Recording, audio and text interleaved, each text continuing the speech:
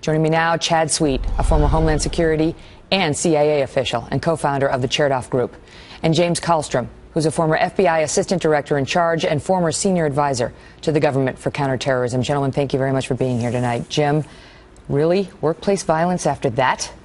No way, Megan. You know, call it murder, but stop this workplace violence crap. I mean, that's really outrageous. Why would they even come out with that initially? Well, why even categorize it at this point? I can't blame the local police. I mean, that's really not their business, but just call it murder. Call it bloody murder. Mm-hmm. Chad, is there some reason for doing that? I mean, I understand it happened at the workplace, but all this other stuff happened too, and now we're very well aware of it.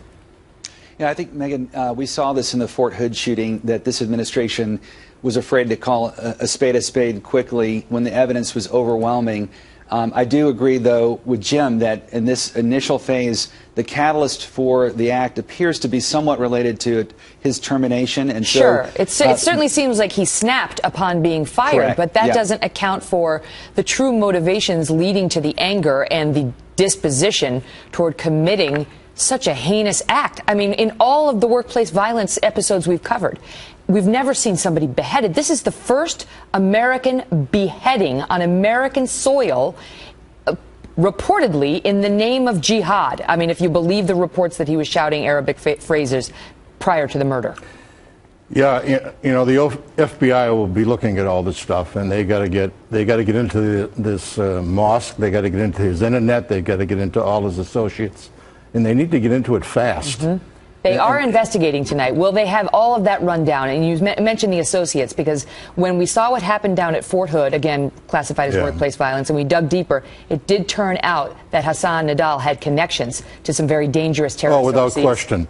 You know, and that's why we need to be doing some of the things we're doing. The NSA thing, for instance, I don't want to belabor that, but I mean, these investigations need to take place, and the FBI needs to be very aggressive within the law to look into these things. Chad, do you believe that these reports that he was trying to convert fellow employees, that if you look at the Facebook page, he condemns America spelled with a K, the Arabic phrases, his pictures of bin Laden, the picture of the beheading is the most gruesome thing I've seen in a long time, that he celebrates on his Facebook page by posting it. Is that enough to get the FBI involved, or would there have to be more? No, this is sufficient. And if we look at, for example, as you mentioned, in Nadal Hassan, there was enough, obviously, at that point to dig. And what we saw, just like Jim said, when they do a search, we were able to learn quickly that Hassan was actually in contact with Anwar al-Awlaki, one of the top 3 leaders of al-Qaeda. So I think in this case, what it does highlight is what Jim said earlier, is at a time when I know there were a lot of frustrations over the NSA program, but you don't want to throw the baby out with the bathwater.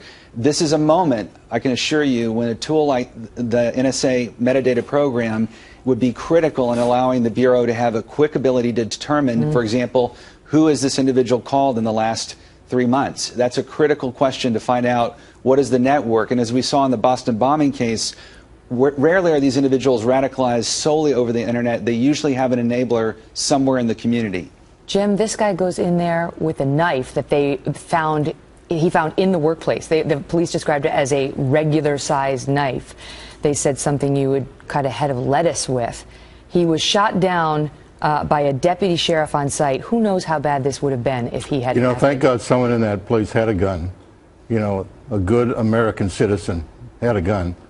And I think we're going to find in the future that more and more people that are just whimsically against guns, or they say all these crazy things, they're going to hope that real good people have guns too, and it could protect them. Imagine if he didn't have a gun, how many more bodies we'd see in here. Right.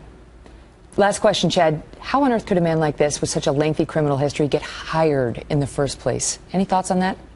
Well, yeah, I think that highlights the issue just generally, that in a world where we have the tools that can allow us to do these kinds of background checks, we have to begin to allow both employers and law enforcement to use those tools within the checks and balances of civil liberties. The last thing I would tell you, too, in closing, Megan, is in a moment like this, when I was at Homeland Security, there's no question that we should be outraged, and if in fact this ends up being a terrorist act, we should call it what it is. But at the same time, we need to be very careful and make sure that there isn't blowback against our fellow Muslim Americans who are law-abiding, peace-loving. And this is a moment, to be clear, where we absolutely need their help to defeat this long war, which is the war of ideas. It's going to take everyone. It's going to take everyone who is not a savage to stand up against this savagery. I got to go. Gentlemen, thank you both.